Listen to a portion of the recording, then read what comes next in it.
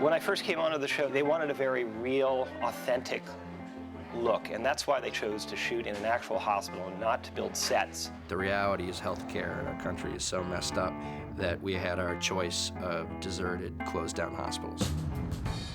North Hollywood Hospital is a cavernous 4 or 5-story little hole with 3 elevators, 2 of which work, 1 only sometimes. We sprung more leaks in the first season than an old ship. They wanted this place to feel like it was a cheery place in 1964 but had fallen on hard times, and so given that this hospital had been decommissioned like 7 years ago, it wasn't such a hard thing to do. Hey, man, you want some company? Nah. Sometimes it's a little spooky, you know, because a few people have died here. Actually, when we first started shooting here, there was patients would arrive and need treatment. There was this one guy who was like bleeding, and we're all standing there in complete doctor gear with stethoscopes, and there's extras walking around who are decked out as doctors, and we'd be like, sorry, this isn't a real hospital. And they're like, but it looks like it is. So now we have these huge signs saying, this is a set.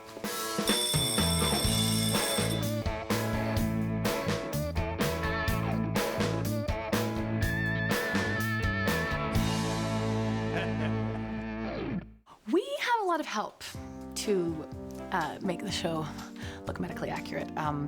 The show is actually based on this guy who we call Real because he's the real JD. So whenever he comes into the hospital, nobody calls him JD. Everyone's like, hey, Real, what's up?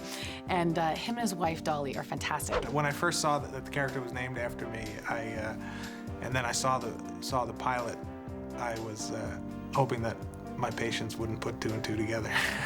John Doris and Dolly come in for every scene that we have where there's any kind of medical procedure. And also we'll call them up if we look in a script and see that we have to say something, and just to make sure that we're pronouncing it right. What is uremia? That's my boy. It's hard. You just gotta sound it out. It's like another language, you know? You just sound it out phonetically or something. Johnny C's great with it. Sarah's really good with it. His H&H dropped 3 grams, so I'm starting pressers. Or you could transfuse him. Okay, I'll do that. Although transfusions are riskier. We still have no idea what we're saying. Looks like a break in the ulna. Beck's triad, postpartum hemolytic, erythema migrans. We work with the wardrobe people, just give them ideas of what people are supposed to wear. Hospital clothes are not the most becoming things on earth, especially for the ladies. So we ended up finally designing our own scrubs that are flattering, and they look like Hollywood stars, even though they're in the hospital setting. We work with the props department, let them know, this patient should be intubated, this patient needs oxygen by mask, that sort of thing. Although we try to be very true to the spirit of what these people go through, not an episode goes by that we don't have to make comedic decisions. We got doctors not wearing masks because we want to see their faces. We've got the wrong equipment. We respectfully tell them how it should happen, but except when they say, the fake way is funnier. This is so cool. There are just, little funny things where we'll show up on set. For instance, one was an appendectomy. Well, the appendix is located in the lower right part of your abdomen, and so I showed up on set, and they had it all set up. The lighting, everything they were ready to go, and they were taking out the appendix from the wrong side of the body, and I was just horrified. Wait, we can't do that. Oh, we'll flip it post-production, no problem. And I thought, oh, that's neat. They like having Dolly and I around, I think. Maybe just for the free medical advice, I don't know. It's true.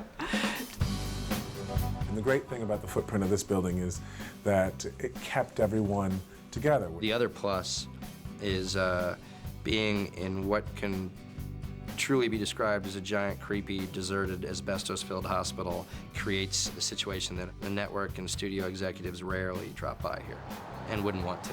They've given us the freedom to do whatever we want to do within certain limitations. It's almost like a giant treehouse in a way. It's sort of like it just belongs to us. It's like being away from mom and dad a little bit, but they know we behave, for the most part, so it's cool. All right, right away, please. You spend more time with these people than you spend with your family, really. Because if I come here at 6 in the morning and I leave at 8 at night, and then I go home, my kids are usually asleep or almost asleep. I see them on the weekends and then when we have hiatus weeks. But when we're actually working, you see your family almost not at all. So the people you're around all day become your family. I guess, a studio would involve, everybody dispersing into their trailers and the commissary and the distraction of star watching. You're almost protected from that jaded sense that you would get working in a studio, you know, instead of saying, oh yeah, I saw Jennifer Aniston from my trailer, yeah. It feels like, you know, you're a bunch of kids putting on a show. You know, we got the barn and somebody's got costumes down the hall and somebody's writing it over there and we put it all together. It's a lot of fun.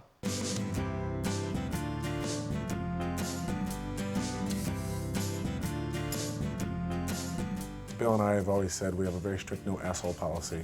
Which is the only way to lose your job is to be a jerk. Basically, everybody is here to do their job and have a good time and not act like an asshole. When somebody says if you're an asshole, you're not going to be here for very much longer. You'd be surprised on how much nicer people will be. We work hard and we work long hours, and so you better not, you know, bring a bunch of nonsense with it. You know, and it's worked pretty well. I mean, everybody really does get along, and I've never been on a set where people work this hard and have a good time doing it. I've had offers to go to other shows.